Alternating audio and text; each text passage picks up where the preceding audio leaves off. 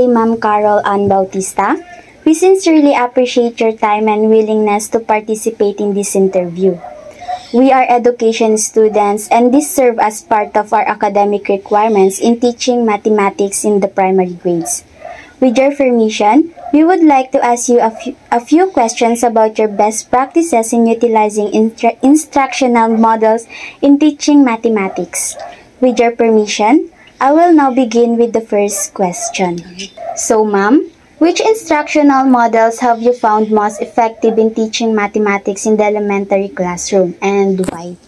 Okay, so I often use the inquiry-based learning and hands-on approach. So why inquiry-based?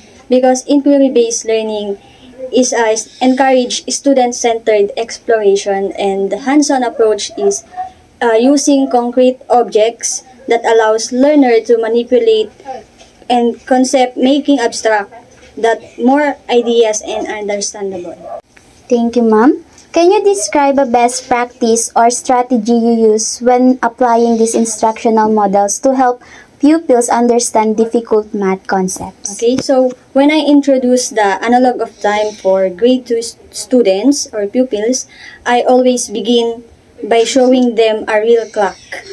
I teach students the clock face, hour hand, and minute hand using clocks on activities and visual aids like toy clocks and paper plates. Sa ganun kasi, mas na-attract yung mga estudyante na matuto and ma-encourage sila na makinig sa klase.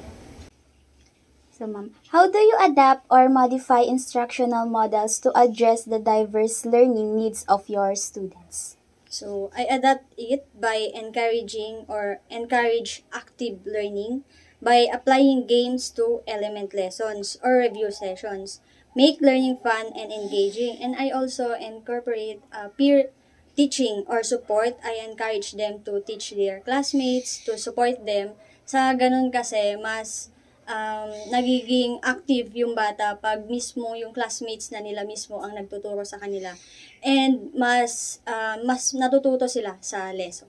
So, can you share a successful classroom experience where your chosen instructional model greatly improves student engagement or learning in mathematics? So, nung nag-demo ako sa isang room, I use hands-on approach. Bakit 'yon? Kasi it gives students the concrete object. Yung tinuturo mo, may konkretong object kang binibigay sa kanila. And pag nag-i-introduce ako ng lesson, mas nagiging active sila kasi yung object na yon is yun mismo yung pag-aaralan namin, and mas nakakatch yung attention nila pag nag-start na siya sa klase. So, okay, ma'am. What tips or advice can you give to future teachers like us on using instructional models effectively in teaching math in the primary grades? So, ang mabibigay ko lang na tips is know your pupils. Kilalanin mo yung tuturuan mo, kung ano yung strength nila or kung ano yung mas strategy na naaayon sa kanila. And pwede mo din gawin na start your lesson or end it with educational game. Kasi pag ginawa mo yon, it engage students to keep their energy high and throughout the lesson. Minsan yung energy nila kasi is hindi natin may pagkakaila, mga bata. Konti lang yung span nila. And then pag ginawa mo kasi na may lesson, nag-incorporate ka ng game sa lesson, mas nagiging high yung energy nila mula umpisa ng klase hanggang sa matapos. So last question, ma'am. How do you assess whether an instructional model is working well in your math class, and what adjustment do you usually make? So, I observe the classroom interaction and review students' work.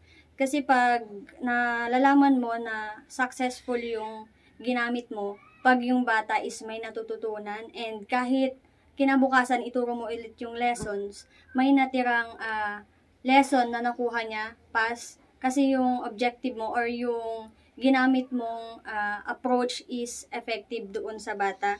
And it participates in discussions by asking questions sa mga bata, yung sabi ko kanina, yung may natutunan sila, and collaborating them with peers. Kasi pag yun na sinabi ko na pag na-collaborate sila sa mga classmates nila, more learning yung nakukuha nila kasi yung lesson na yun is nakukuha na din nila mismo sa classmates nila. So, thank you ma'am for sharing your insight and experiences. Dahil po sa pag-share nyo ng insight and experiences nyo is nakakuha po kami ng mga tips and knowledge. And lahat po ng yan is magagamit po namin as a future educators po. And asahan nyo po na lahat ng sinabi nyo is for educational purposes. Thank you again Ma'am Carol Ann Bautista. So, welcome po and masaya po ako na nakapag-share ako ng kahit konting experience and tips na pwede nyo rin pong gamitin sa pagtuturo nyo din po. So,